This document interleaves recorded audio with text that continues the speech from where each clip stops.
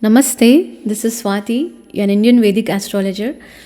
Before beginning the video, I would like to express my gratitude to all the Indian sages and rishis who have passed down this profound wisdom, Vedic astrology, and to also all my gurus and teachers who have imbibed this knowledge in me.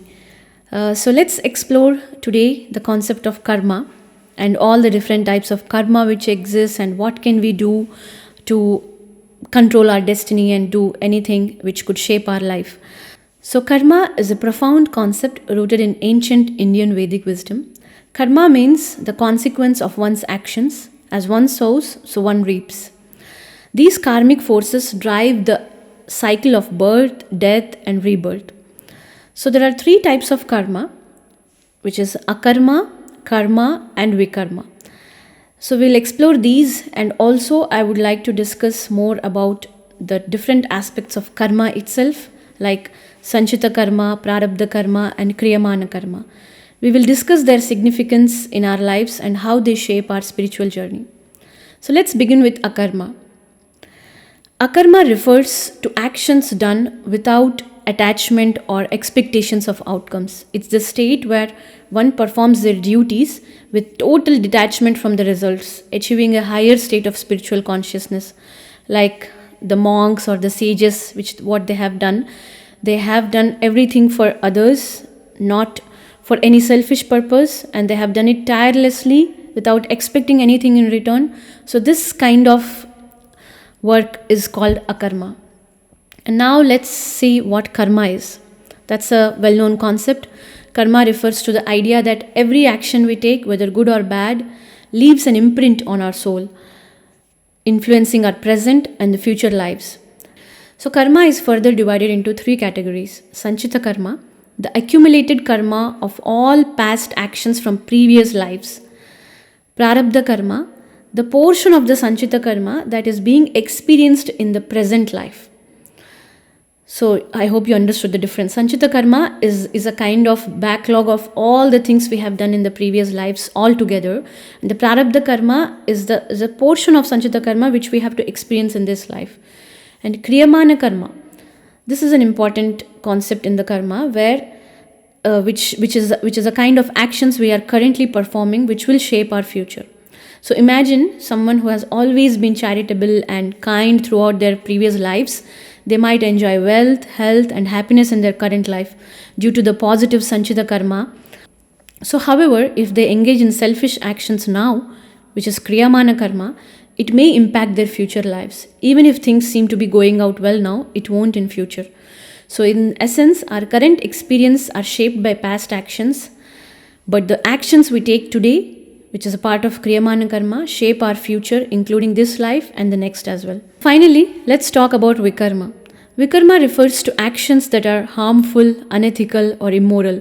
These negative actions lead to suffering, punishment, and it's a kind of entrapment in the cycle of rebirth.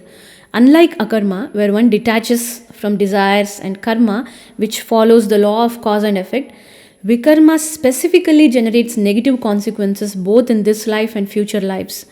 Actions such as harming one's parents, disrupting anyone's family life, engaging criminal activities, violence, or actions that cause harm to the society, acts of cruelty towards animals or any kind of living beings, all this accumulates vikarma, creating a negative cycle that can carry over into the future lifetimes.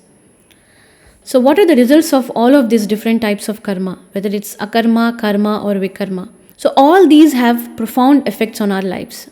Akarma leads to salvation, freedom from the cycle of birth and rebirth. That's the best thing we could hope for us. Karma, when performed righteously, can lead us towards salvation, but if done selfishly, it binds us again to the worldly existence, and we have to do the rebirth, birth, and that cycle continues. And vikarma results in suffering and further entanglement in the karmic cycle. So these are the results of our karma.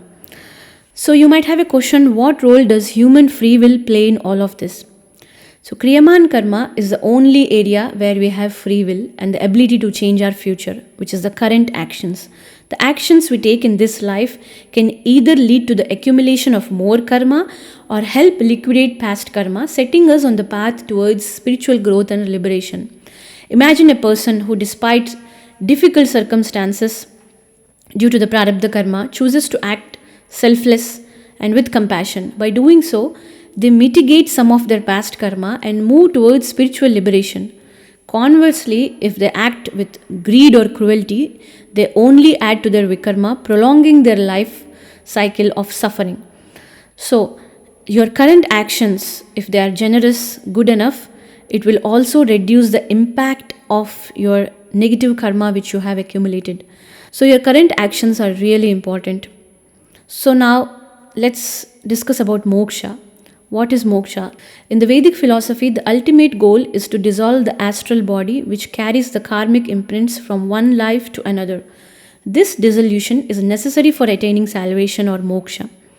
The astral body is the one that holds on to all the karma we accumulate, and it's through spiritual practice, detachment, and right actions that we dissolve it. For example, from the Mahabharata, Arjuna, after fighting the Great War, confessed that he had forgotten the teachings of Lord Krishna. It wasn't until years later, after Krishna's departure, that Arjuna internalized the wisdom of Gita. This realization signified the dissolution of his astral body, leading him towards liberation. So, karma in all its forms is a powerful source that governs our actions, experiences, and future lives. Remember, while Prarabdha karma from past lives is fixed and must be endured to an extent, we still always have the power to influence our present and future through Kriyaman Karma. Our actions matter, and through conscious choices, we can shape our destiny and work towards spiritual freedom. That's it for this video. See you all again in the next video.